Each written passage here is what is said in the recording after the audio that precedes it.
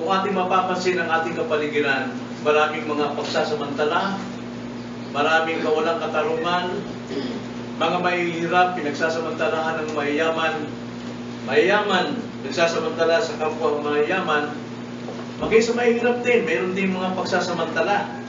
At ito ang takbo ng ating mundo, ang ating lipunan. Bilang Kristiyano, paano natin tatanggapin ito? Alam natin na kahit nasabihin Kristiyano tayo, tayo rin po ay mayroong masabi nating sa salitang colloquial, pagkainis o kawalang pasensya sa mga nangyari sa ating kapaligiran. Tayo nayayamot, tayo naiinis sa mga tao, sa mga panlalamang, sa mga paninira, sa mga walang katarungan. At kung kadalasan nananaman tayo sa ating emotions at nakakalimutan natin ang dumulog sa Diyos, na sa lahat ng bagay na ito, ang Diyos pa rin na may kontrol. At dapat lang nating ituon ang ating panampalataya sa Diyos sa lahat ng ating mga napapansin o naranasan sa ating paligid. Na alam natin, sabi sa Romans 8:28, na sa lahat ng bagay, ang Diyos ay kasamang gumagawa para sa ikabubuti ng kanyang mga taong nagmamahal sa Kanya, kanyang mga tinawag ayon sa kanyang kalooban. Kaya maging sa mga injustice na ating naranasan sa ating kapaligiran, ginagamit ito ng Diyos upang tayo ay lumago bilang Kristiyano. At yan ang nais kong simulang pag-aaral tungkol sa Christian Growing. Isang series ng pag-aaral about Christian growing. At nais ko pong ipag-pray natin ito na tayo po'y lumago sa mga ethical subject na ating pag-aaralan. At ngayong umaga, nais kong magsimula tungkol po sa growing through injustice. Ang paglago ng mga Kristiyano sa magitan ng kawalang katarungan. Buksan po natin ang ating mga Bible sa Psalms chapter 10 at ating pong babasahin ang buong kabanata.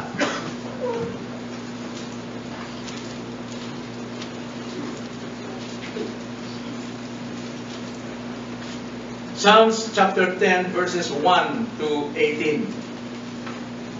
Ganito po ang sinasabi ng banal na kasulatan. Bakit ka nakatayo sa malaya, O Panginoon? Bakit ka nagtatago kapag magulo ang panahon?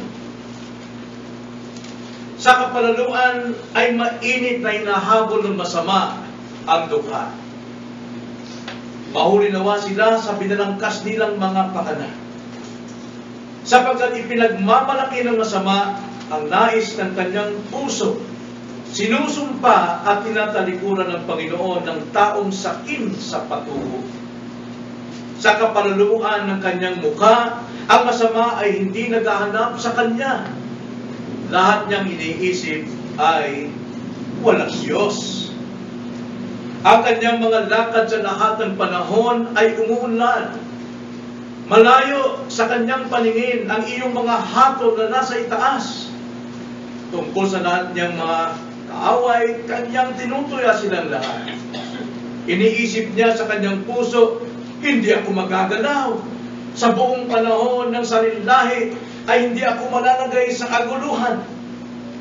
Ang kanyang bibig ay puno ng pagsumpa, pang-aapi at panlilinlang. Sa ilalim ng kanyang dila ay kalikuan at kasamaan. Siya'y nakaupo sa mga tagong dako ng mga nayon. Sa mga kubring dako, ang walang sala ay pinapapatay. Ang kanyang mga mata ay palihim na nagmamatyag sa walang kakayanan. Siya ay lihim na nagbabantay na parang leon sa kanyang lungga. Siya ay nag-aabang upang hulihin ang dukha. Sinusunggapan niya ang dukha kapag kanyang nahuli siya sa lambat niya. Siya ay gumagapang, siya ay yumuduko, at ang sabing palad ay bumabagsak sa kanyang mga kuko. Sinasabi niya sa kanyang puso, ang Diyos ay nakalimot. Ikinubli niya ang kanyang mukha. Hindi niya ito makikita kailanman. O Panginoon, O Diyos, itaas mo ang iyong kamay. Bumangon ka. Huwag mong kalilimutan ang nagdurusa. Bakit tinatalikuran ng masama ang Diyos at sinasabi sa kanyang puso, hindi ako hihinga ng susulit? Iyong nakita, oo, iyong namamasdan ng kaguluhan at pagkayamot upang iyong mailagay ito sa mga kamay mo. Itinalaga ng sawing palad ang sarili sa iyo. Sa mga ulila, ikaw ay naging saklolo. Paliin mo ang bisig ng masama at gumagawa ng kasamaan. Hanapin mo ang kanyang kasamaan hanggang sa wala kang matagpuan. Ang Panginoon ay hari magpakilanman. Mula sa kanyang lupain, ang mga bansa ay mapaparang. O Panginoon, iyong maririnig ang nasa ng maamo. Iyong palalakasin ang kanilang puso. Iyong papakinggan ng iyong pandinig upang ipagtanggol ang naapi at ulila upang hindi na makapanakot pa ang taong mula sa lupa. Ito po ay isang awit ng kalungkutan ng isang salmista dahil sa kanyang namamasdang kawalang katarungan sa kapaligiran. Tayo manalangin. O Panginoon, Diyos ka at makapangyarihan sa lahat. Soberano naming Diyos at kaya niyong magbukas ng aming puso. Nasa iyong kalooban upang aming maunawaan ang inyong mga salita. Salamat po sapagkat kami po ay inyo pong inihango mula sa kalupitan ng kasalanan tungo sa kaluwalhatian ng iyong liwanag ng iyong pong galingan. At ngayon, nais namin, Lord, na makita ang iyong pong kalooban at makita ang aming mga katungkulan tungkol po sa aming namamasdan at naranasan kawalang katarungan sa aming kapaligiran. Nawa hindi po kami magmabaktol, kundi kami po ay lumago sa aming pong panampalataya at pagtitiwala sa inyo sa mga bagay na ito. Kung aming dalangin sa pangalan ng Panginoon Jesus.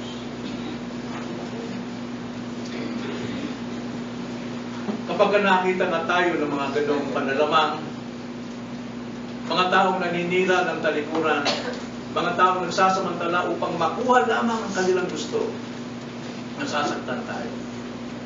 Naguguluhan tayo, nasisira ang ating puso, nasisira ang ating kaisipan. At ang kalagayang ito'y bumabalik sa panahon ni David. Bagamat siya isang hari, namasdan niya ang lahat ng masasama, mga mapansamantala, ngunit umaasenso pa, sila pa yung talaga namang lumalakas ang kanilang kapangyarihan, umaangat ang kanilang mga buhay na parang walang hatol ang Diyos. Parang ang Diyos ay natutulog. Tila napakalayo ng Diyos.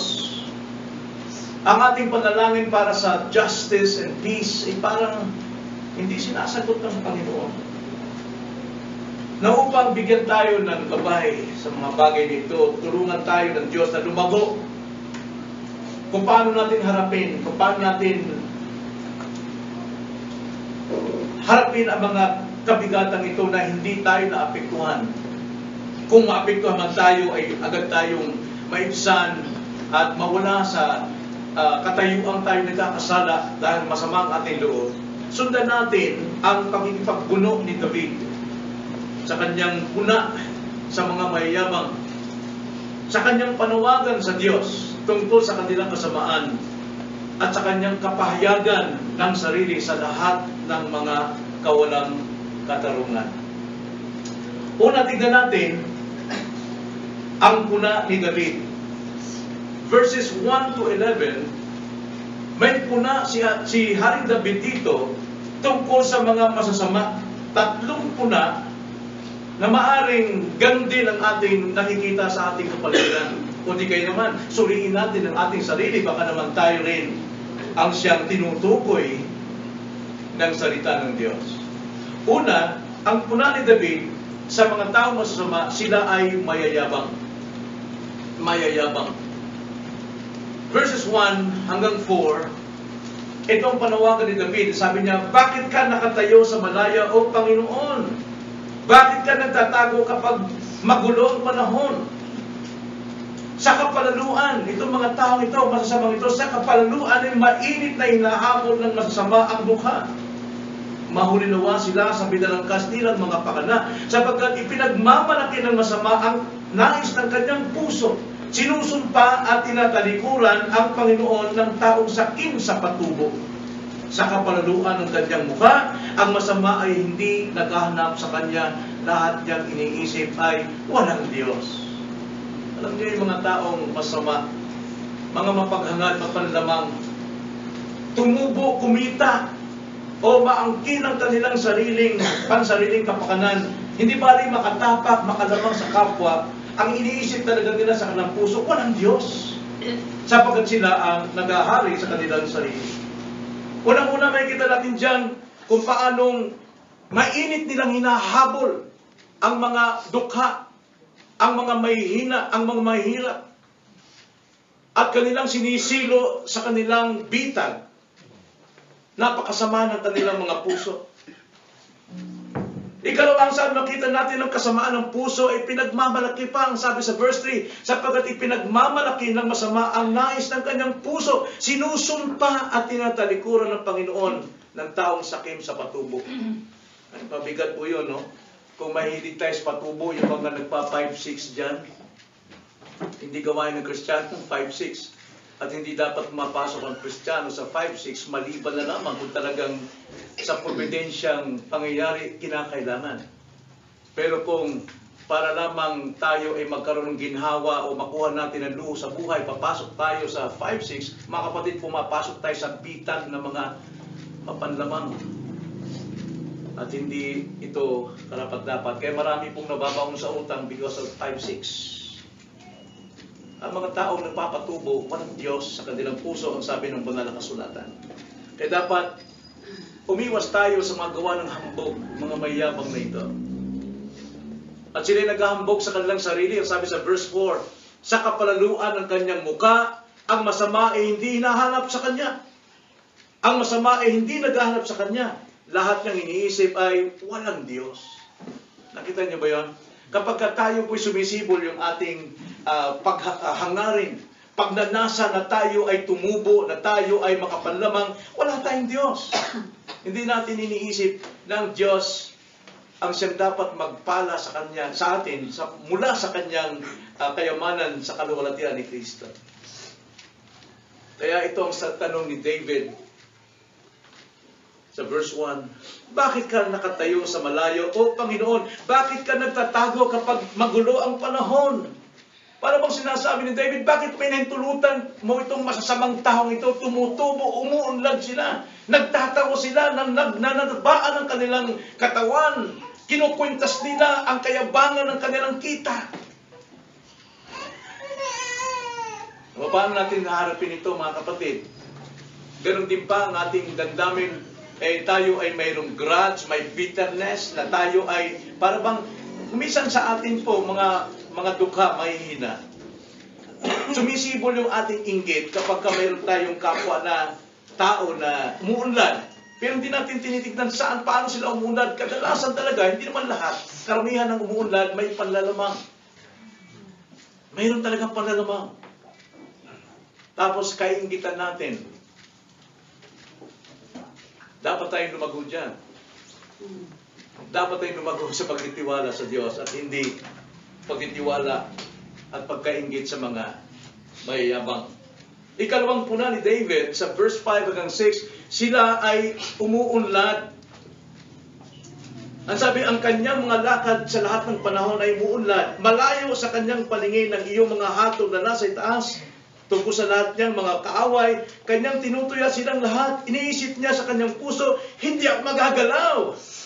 Sa buong panahon ng salinlay, hindi ako malalagay sa kaguluhan, hindi ako maghihirap. Walang makakagalaw sa akin. Yan ang sinasabi ng mga mayayabang. Hindi ako mahatulan ng Diyos. Pagkos uunlad pa ako, dadami pa ang pera ko. Makikilala pa ako ng buong sanlibutan.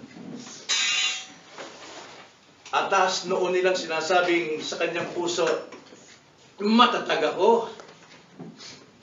Yung ba nakikita natin kuminsan, di ba? Sa mga taong umuunlad, parang sila na yung Diyos eh.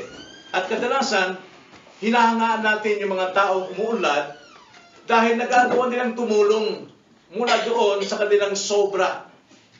At sasabihin natin, ang bait-bait talaga niya, ang bait-bait talaga. Ang bait-bait ba yun? Hindi ko may kilala sa Diyos. Dapat tayo lumago dyan. Sa Diyos tayo dapat magtiwala. Sa Diyos tayo dapat sumamba. Sa Diyos tayo dapat magpasalamat at tumanaw ng utang na loob. At hindi lang yon. Ang puna pa ni David, sila ay malulupit. Sila ay malulupit. Ang sabi sa verses 7 to 11, ang kanyang bibig ay puno ng pagsumpa, pangati at palilinlang. Sa ilalim ng kanyang dila ay kalikuan at kasamaan. Siya ay nakupo sa mga sa tagong dako ng mga nayon. Sa mga kubling dako, ang walang sala ay pinapapatay. Ang kanyang mga mata ay palihim na nagmamatyag sa walang kakayahan. Siya ay lihim na nagbabantay na parang leon sa kanyang lungga. Siya ay nag-aabang upang hulihin ang dukha. Sinusunggapan niya ang dukha kapag kanyang nahuli sa lambat niya. Siya ay gumagapang, siya ay yumuyuko, at ang sawing palad ay bumabagsak sa kanyang mga kuko. Sinasabi niya sa kanyang puso, ang Diyos ay nakalimot. Ikinubli niya ang kanyang mukha, hindi niya ito makikita kailanman. Pero nyo yung mayabang na yan? No? Umunlad lang, umasenso lang. Kumbaga para sa aking sarili, nakakainis, ano? Ano yung bakit nakakainis? Sapagkat sa puso nila sinasabi, oh, nakalimot na ang Diyos, hindi niya nakikita itong ginagawa ko. Dahil kung nakikita niya, dapat pinarusahan na ako. Kaya naman, ang bibig nila ay umaawit sa kasamaan. Wag nating kaingitan yung mga biglaang umuunlad sa buhay. Dahil kadalasan talaga, hindi naman lahat sasabi ko, kadalasan talaga, hindi kumikilala sa Diyos kaya gumagawa talaga ng kapalaluan. Parang mga leon na laging gumagapang nakayuko at naghahanap ng mga may hina na kanilang masasagpang. Kanilang hinuhuli ito upang sila ay makapanlamang. Gumagawa sila ng panlilinlang sa ilalim ng kanilang dila ay punong-puno ng kalikuan at kasamaan. Romans 3 verse 10, itong mga taong ito ay depraved. Ang kanilang mga dila ay mayroong mga parang dila ng ahas na punong-puno ng sumpa. Ang kanilang mga bibig parang tomb, parang libingan na mapuputi, magaganda kung tignan, pero sa loob, puros kalansay, kabulukan ang kanilang nilalaman. At sabi, nakaupo sila sa hukuman ng kanilang sarili sa verse 8. Siya ay nakaupo sa mga tuwagtagong dako ng mga nayon na siya ang hari, siya ang nagja-judge sa kanyang sarili. Kung ano yung sinabi niya masama, ano yung mabuti, ano yung tama, siya nasusunod sa kanyang sarili. At hindi lamang yun, ang sabi sa verse 9, sila nakakubli para magsamantala. Lihim na nagbabantay na parang leon sa kanyang lungga. Siya nag-aabang upang hulihin ang dukha, ang mga mahihina. Verse 10, gumagapang, yumuyuko upang magsamantala sa mga sawing palad. Yun ang kanilang binibigtama. Tingnan niyo mga taong mapagsamantala. Now, hindi ko mo sinasabing lahat ng mga ahente ng bahay at lupa mapagsamantala, pero milyon din ang kinikita niyan eh. Ang bibilis ng mga mata niya kung sino yung mga pabibiktima, yung mga naghahanap ng bahay, nang walang kamalay-malay, na talagang kumikita yun, ang bibilis nila. Mayroong kilala kasi yumaman bigla eh. Tapos natapakan yung isa. Imbis yung isa dapat kumita, aba, sinunggaban niya ito at siyang umangkin at siyang yumaman bigla. Pero walang hatol ng Diyos. Makakalungkot. Mayroong injustice, katarungan. Ano ang ating damdamin dyan? Tayo ba ay sasama ng loob na siya yumaman sa kanyang kasamaan? Huwag tayo mainggit, mga kapatid. Dapat tayong lumago. Ang Diyos ang may kontrol at mas maganda ko ang Diyos mismo magpayaman sa atin at hindi sa mga maling panukala. So yun ang unang pahayag ni David, ang kanyang pakikipagbuno. Una, ang kanyang mga puna. Ngayon, ikalawa naman, ang panawagan ni David sa Diyos. Verses 12 to 15. Ganito ang panawagan ni David. O Panginoon, o Diyos, itaas mo ang iyong kamay. Bumangon ka. Huwag mong kalilimutan ang nagdurusa. Bakit tinatalikuran ng masama ang Diyos? At sinasabi sa kanyang puso, hindi mo ako hilingan ng sulit. Iyong nakita, oo, iyong namamasdan ng kaguluhan at pagkayamot upang iyong mailagay ito sa mga kamay mo. Itinalaga ng sawing palad ang sarili sa iyo. Sa mga ulila, ikaw ay naging saklolo. Baliin mo ang bisig na masama at gumawa ng kasamaan. Hanapin mo ang kanyang kasamaan hanggang sa wala kang matagpuan. Dito po mayroong panawagan si David na tatlo sa Diyos. Umaapila siya. Parang sinasabi David, papabayaan niyo ba, Panginoon, ang ganito? Papabayaan niyo bang magdurugo palagi ang puso ng mga matuwid? At ipinapaharap mo sa mukha nila na kahabag-habag ang mga matuwid at ang mga masasama, siya pa yung pinagpapala mo? Unang-una nanawagan si David dito na Lord, kumilos ka naman. Verse 12, nananawagan siya ng pagkilos ng Diyos. Ang sabi niya, O Panginoon, O Diyos, itaas mo ang iyong kamay, itaas mo ang iyong kapangyarihan. Kanang kamay means power. Bumangon ka, huwag mong kalilimutan ang nagdurusa. Well, ito ang ginawa ni David na hakbang. Hindi siya nagpunta roon sa mga masama at kanyang pinamukhaan. Hindi niya ito kinalaban sa pamagitan ng kanyang salita o sa kanyang katuwiran, kundi lumapit siya sa Diyos. Iyon ang dapat din natin gawin. Tayo'y manawagan sa Diyos.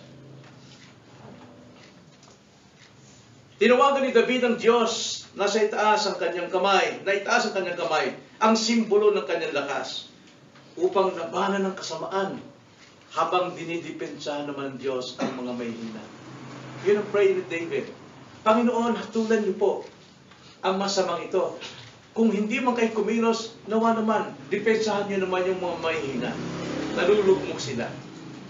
Naawa sila sa kanilang sarili sapagkat sila itong matutuwid. Parang sila yung tinatalikuran ng Diyos. Hindi umasensya yung kanilang paninda. Namuhunan sila yung 100 sa kanilang tindahan o 200. Eh, kumikita, kulang pa yung puhunan. Namuhunan ng 500 pa. Nung kwentahin sa bumaghapon, 350 lang, Panginoon. Paano ito? Samantalang yung mga masasama, namuhunan 100, kumita 1,000. Naniniwala pa kayo doon? Naniniwala ako doon dahil ginagawa ko nung araw yun, nagtitinda ako ng lugaw.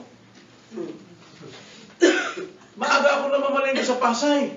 Bumibili ako ng tumpok-tumpok na karne, laman loob sa Pasay. Magkano tumpok noon?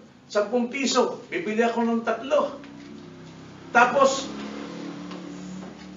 1 kilong malagkit. Magkano 1 kilong malagkit noon? Tapos, kalahating salop pala ng malagkit, 1 salop na bigas. Magkano lang? Wala pang 100 ang puhunan, ay kumikita ng 600. Tubong lugaw. Samantalang yung mga tapat, hirap na hirap, pinasasarap pa ang pagkain kung kumita, pag tumubo, 10 piso lang. Dahil matwid eh. Karamihan sa mga matwid, minsan nalulungkot, ganun lang kinikita. Kaya ang ginagawa, pasok sa 5-6. Mga kapatid, 5-6, hindi po kalooban ng Diyos yan. Sa Old Testament, pinagbabawal talaga ang patubo. Sa New Testament, kung magpautang kayo, magpautang. Huwag patubuan. Yan ang katuruan ng Diyos. Ikalawa, nanawagan siya na tumugon ng Diyos. Lagi siyang nananawagan, Lord, kumilos naman kayo. Pero sabi niya, tumugon naman kayo. Verse 13, bakit tinatalikuran ng masama ang Diyos? At sinasabi sa kanyang puso, hindi mo ako hinga ng sulit. Panginoon, ang yayabang nitong mga masamang ito. Hindi niyo raw sila hatulan. Panginoon, tumugon ka naman. Panalangin. Pagkatapos magmuni ni David sa kayabangan nitong masama, ang pag-unlad ng masama, nag-iisip si David, kung mayroong simpleng paliwanag ang Diyos sa malinaw na kawalang pagkilos na ito, hinihingi ni David, kahit naman tayo, kaminsan, ang haba ng ating mga pagsubok, napag-iiwanan tayo ng ating mga kapitbahay. Hanggang ngayon, black and white pa yung TV mo, yung kapitbahay mo, nagdidikita na sa dingding, natigisang lipa. Ang haba. Hanggang ngayon, transistor radio pa rin, di battery malalaki ang iyong radyo. Samantalang sila, iPad, tumutugtog. Surround pa yung mga speakers. Napag-iiwanan ka. Ano masasabi natin? Hanggat tayo'y sumusunod sa kalooban ng Diyos, hanggat tayo gumagawa ng kalooban ng Panginoon, iyon ang pinakakayamanan. Hindi yung material na kayamanan kung nalalayo naman tumatalikod sa Diyos. Huwag nating kaingitan yun, mga kapatid. At ikatlo, nanawagan si David na tumulong ang Diyos. Lord, kung hindi man kayo sumasagot, kung wala kayong malinaw ng paliwanag tungkol sa kalagayan namin na kami nagdurusa at ang masama ang umuunlad, Panginoon, at least, Panginoon, pagpalahay mo naman ang mga nagdurusa. Bigyan mo naman ng kaaliwan. Kaya kung hindi man kumilos ang Diyos laban sa kasamaan ng masama, at kung hindi siya magpaliwanag, kahit paano tulungan niya ang mga biktima ng mga kamalian. Kahit paano gamitin ng Diyos ang mga kahirapan upang dalhin ang mga tao na mga biktima upang nasumampalataya kay Kristo at sa ganun mapalawak ang kanyang kariyan. Now, si David, malinaw ang kanyang pagkakilala sa Diyos. Bakit mayroong pagdurusa? Bakit may pagdurusa ang mga Kristiyano? Alam natin, nang sino mang namumuhay ng may kabanalan sa Diyos, daranas ng mga pag-uusig at pagdurusa. Kaya hindi katakataka sa mga Kristiyano na tayo magdusa sapagkat tayo ay hinuhubog tungo sa kabanalan, hindi tungo sa kasakiman. Ito po ang kayamanan na dapat nating tandaan. Na hindi dapat tayo mainggit sa mga taong yumayaman mula sa kanilang kasamaan. Kaya panawagan ni David sa Diyos ay sa pamamagitan ng kanyang panalangin. Kahit paano, pagpalain naman ang mga matuwid na sumusunod sa kanya. At pangatlo, ay ang pahayag ni David. Ang kanyang kapahayagan, ang kanyang confession. Ano po ang kanyang confession sa kabila ng kasamaan na yumayaman, umaunlad, at hindi man lang tinutugon ng Panginoon ng kanyang dalangin, wala siyang makita na malinaw na aksyon ng Diyos. Anong gagawin natin? Hindi na tayo attend. Hindi na tayo sasamba sa Diyos. Ang ginawa ni David, 16-18, ito ang sabi niya. Ang Panginoon ay hari magpakilanman. Daroon yung kanyang confession. Mula sa kanyang lupain, ang mga bansa ay mapaparam. O Panginoon, iyong maririnig ang nasa ng maamo. Iyong palalakasin ang kanilang puso. Iyong pakikinggan ng iyong pandinig upang ipagtanggol ang mga naapi at ulila upang hindi na makapanakot pa ang taong mula sa lupa. Na makikita natin ang confession ni David dito, dalawa.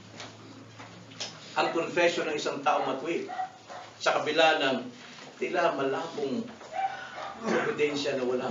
Una, ipinahayag niya rito ang kanyang buong pananampalataya. verse 16. Ang sabi niya, O Panginoon, haring magpakailanman. Ano man ang mangyari, Panginoon, sa kapaligiran, yumaman man, maangkin man ng masasama ang buong sanlibutan. Alam namin, Panginoon, alam ko sa aking panampalataya, ikaw pa rin ang haring nakaupo sa trono. Ikaw pa rin ang soberanong Diyos. Ipinahintulot man lahat ng ito para sa aking kabubuti. Kung ako'y patuloy na magtitiwala sa inyo, ang aking panampalataya ay lumalago sa pagtitiwala sa inyo. Hari pa rin ng Diyos. Siya pa rin ang nakaupo sa trono. Siya pa rin may kontrol. At ang kanyang pagkasoberano ay walang hanggan. Ang sabi niya rito, O Panginoon, Hari magpakailanman. Huwag tayong masaktan o manghina, panghinaan ng loob, mga kapatid, na tayo parang napag-iiwanan. Alam natin, ang Diyos ay soberano, magpakailanman, siya pa rin ang may kontrol ng lahat ng bagay. Maring delay ang tugon ng Diyos sa ating panalangin. Maring delay ang tugon ng Diyos sa paghahatol sa masama, pero tiyak na darating. Tiyak na darating ang paghahatol sa mga hambog, sa mga mayayabang, sa mga mapanlamang, sa mga walang katarungan. Maaaring sila'y humahalakak ngayon, pero tiyak dumarating. At darating ang hatol sa kanila. At darating din ang kalawalatian ng mga naghihintay sa Kanya. Tiyak yun, mga kapatid. Dapat tayong lumago. Huwag tayong makipagkompromiso sa gawa ng kasamaan, mga panlalamang. Pero mga kalay mo, Kristiyano, papasok ka, manlamang ka rin. Wag. Lumago tayo sa kawalang katarungan sa ating kapaligiran. Mag-grow tayo sa biyahe ng Panginoon. At ikalawa, hindi lamang ipinahayag ni David ang kanyang pananampalataya that God is in control. He is a sovereign God. Ipinahayag niya rin ang kanyang walang paltos na pagsamba sa Diyos. Karamihan sa atin, mayroon tayong bisita, hindi tayo sumasamba. Mayroon lang tayong konting problema, hindi naman dapat natin problemahin, hindi na tayo sumasamba. Tapos sabi natin may panampalataya tayo. Ang panampalataya natin ay hindi damdamin, hindi sa kaisipan. Marami pong nasasabi kahit baliktarin ng mundo, may panampalataya sa Diyos. Bakit ano pang mangyari sa akin, may panampalataya kung ligtas sa Panginoon. Pero kung talagang may panampalataya ka, dapat nakikita na ano man ang maging kalagayan mo, nariyan ka sa Panginoon, nasa panan ka ng Panginoon, ay kayo sumasamba. Hindi po ang panampalataya batay sa salita. Ang panampalataya ay nakikita sa kanyang gawa, sa pagtitiwal, pagsamba sa Diyos.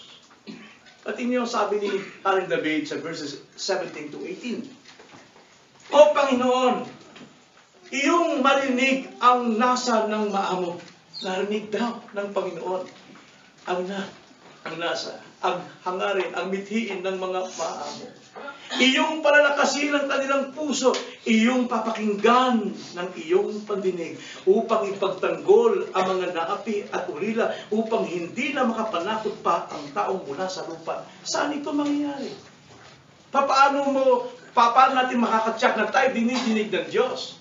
Na nakikita ng Diyos ang ating kalagayan, naroon po sa ating pananambahan sa Kanya. Kung makikita natin sa isang Salmo 70, I think, malala, si Korah, na naiinggit siya sa mga mayaman sapagkat nagtatabaan sila, naglulusutan yung kanilang mga mata sa katabaan at ang kwintas nila ay puro kayabangan. Naiinggit siya. Pero sabi niya, salamat na lamang nang pumunta ako sa templo ng Diyos, nalaman ko na ang kanilang kinatatayuan ay napakadulas patungo sa kapamakan. Tiyak ang kanilang judgment. Saan po natin makikita ito? Yung ating comfort. Sa templo ng Diyos.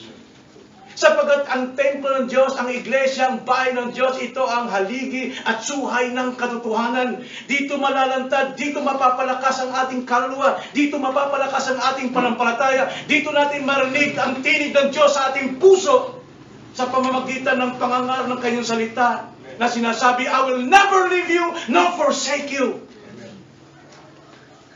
Ngayon kung wala ka sa panambahan, anong marinig mo? Maaaring mainggit ka sa mga buhay ng mga taong nasa paligid mo. Samantalang napakaganda sana ng pagpapalang natanggap mo sa araw ng pagsamba. Kaya kita natin, sa kabila po ng injustice sa kapaligiran ni David, sa kabila na nanawagan siya sa Diyos, na yumayabang ang mga palalong ito, umuunlad, sa kabila na hindi siya dinidinig ng Panginoon, ngunit hindi siya tumigil sa kanyang pagsamba sa Diyos, sapagkat yun ang kaaliwan ng kanyang kaluluwa. Pagsamba po natin sa Diyos ang kaaliwan ng ating pong mga kaluluwa. Kaya pinahayag ni David ang kanyang pagsamba sa Diyos sa kabila ng mga pahirap ng mga masasama sa kapaligiran.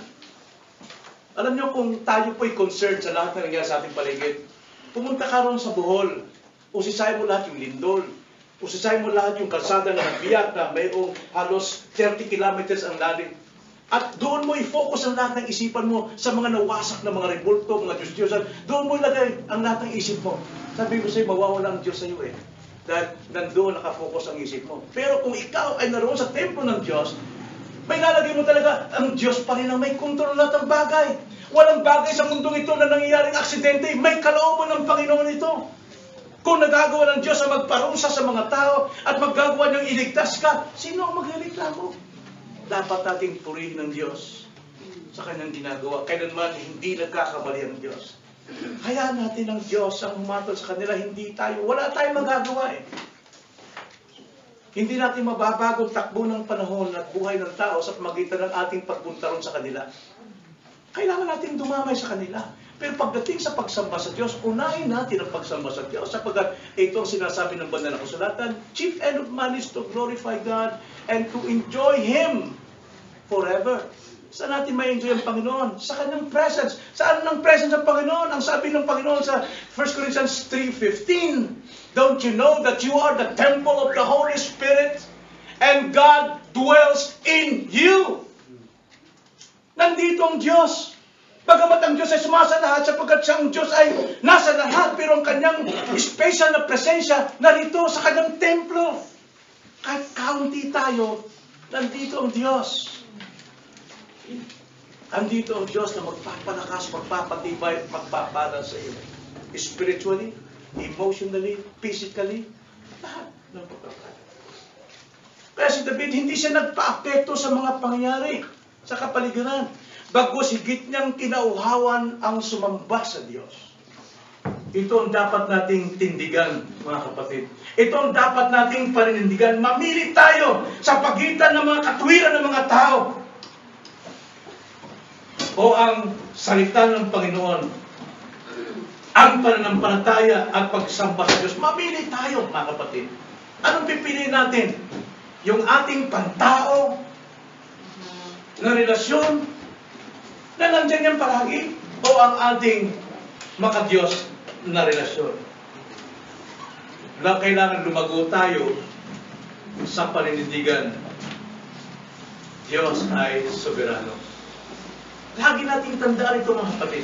Ano man nangyayari sa atin, anumang pangyayari dumating sa atin sa mga araw na dapat katagpuin natin ng Diyos, lagi nating isa sa isip, God is sovereign. Nangyayari ito, pero dapat kong unahin ng Panginoon. Dapat ko siyang bigyan ng parangal sa buhay ko. Siyang nagligtas sa akin, siyang umahon sa akin mula sa kadiliman ng kasalanan, siya ang aking bibigyan ng aking buhay, ng aking katawang buhay, na dapat sumamba sa Kanya, dapat magparangal sa Kanya. Kailangan nating itanim ito. God is sovereign. Ano man nangyayari sa ating paligid, alam nating hindi nangyari sa kapalaran. Ang Diyos ang may kontrol niyan. Tulad ng gravity. Kahit hindi tayo, wala tayo sa lugar na yun, ang gravity hindi nawawala. Pero gravity is not a nature, but nature is under God's decree. Ang Diyos ang may kontrol niyan. Walang nature. Kaya hindi aksidente yung mga laws of nature niyan. Under yan ang God's decree. Hindi maaaring sambahin ng tao ang nature. Tingnan, subukan nyo lang. Minasdan ko, no? Nung pauwi kami, galing Bicol,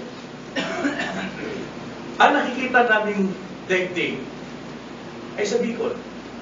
Lahat nangyayari doon. Nakikita ko, kilos nila. Pero nung sumakay kami ng bus, kumikita ko, Nung pagdilat ko, bandang Quezon na kami. Inisip ko, kung halimbawa, wala ako dito ngayon, nandun ako sa Bicol, at ang nakikita ko kalagayan sa Bicol, masaya kami doon, kumakain kami. Pero, halimbawa wala ako doon, ano ang kalagayan dito sa Quezon, sa Gumata? Ito rin eh. Yung mga taong nagbibisikleta yun, yung mga batang yun nagdadagukan sa kanilang sarili, kahit nandun ako sa Bicol, ginagawa yun eh. Nakikita lahat ng Diyos yan. Lahat ng bagay na nangyari sa buong daigdig, kalooban ng Diyos. Kahit wala ka doon. Kaya na, bakit natin poproblemahin yung mga nangyayari doon sa iba't ibang lugar? Gayon, ang pinakamalaga sa atin ay lumapit at sumamba sa Diyos na nagpapangyari ng lahat ng bagay. Nakuha din ko sabihin mga kapatid? God is in control. Dapat tayong lumago. Ano mang karahasan nangyayari sa ating kapaligiran, alam nating nangyayari yan dahil ipinatulot ng Panginoon at yan ay para sa kabubuti ng kanyang mga taong nagmamahal sa Kanya. Lumago tayo through injustice. Kinalaan natin ang gawa ng mga masama. Pag sabing masasama po, meaning to say, makasalanan. Alam natin masasama, nakikita na natin yung mga gawang panlabas. Pero sa Bible, pag sabing masama, the whole person, yung kanyang total depravity at tinutukoy dito. Yun ay gawa ng mga kasalanan upang huwag tayo makipagkompromiso sa kanila. Huwag tayo makipagkompromiso. Tumulog tayong palagi sa Diyos sa isang malalim na panalangin ng ating mga personal devotions. Lord, kayo po nagpapangyari sa lahat ng bagay. Kahit yung kamag-anak ko sa Amerika, Lord, kahit naman pumunta ako doon, wala rin magbabago kahit nandun ang presensya ko eh. Ano man mangyari doon. Ang malaga, Panginoon, lumapit ako sa iyo na kayo nagpapangyari ng lahat ng bagay. Sapagkat sa prayer, dahil ang pag-aral noong Merkules, ang prayer may sagot ba? Mayroon. Paano naman tiyak? Ang sabi doon, ask and you shall receive. Mayroong pagtanggap. Seek and you will find. Knock and it shall be open to you. Hindi ko magbubukas. It shall be open to you. Passive. Ang Diyos ang magbubukas. Pero doon sa seeking, tayo maghahanap doon sa mga inihanda ng Panginoon. That is our responsibility. Prayer, mayroong assurance. For whosoever asks shall receive. Whoever seek shall find. Now, sa Diyos. Kaya nga, dumulog tayo sa Diyos sa isang malalimang panalangin. Yun po ang the best. Huwag magpadaig. Bagkos, sumamba tayo sa Diyos.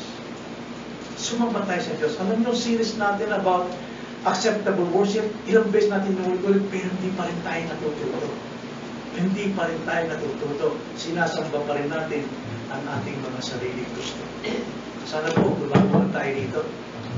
Lumago tayo. Kaya natin ang Diyos ang mag-control ng natin. Tayo na natin. Panginoon, salamat po sa aral namin ng sana, Lord. Lumago kami sa mga injustices na mga nangyari sa aming paligid. Na kahit man, Panginoon, nakikita namin yumayakong umuunlad ang masama. At wala kami nakikitang kahatulan sa kanilang kasamaan, sa kanilang panlilibak sa inyo, sa kanilang pagtalikod sa inyo. Ngunit nakatiyak kami na kayo tumutulong sa mga dukha. At ang kanilang kahatulan ng masama ay maaaring delay, ngunit sigurado.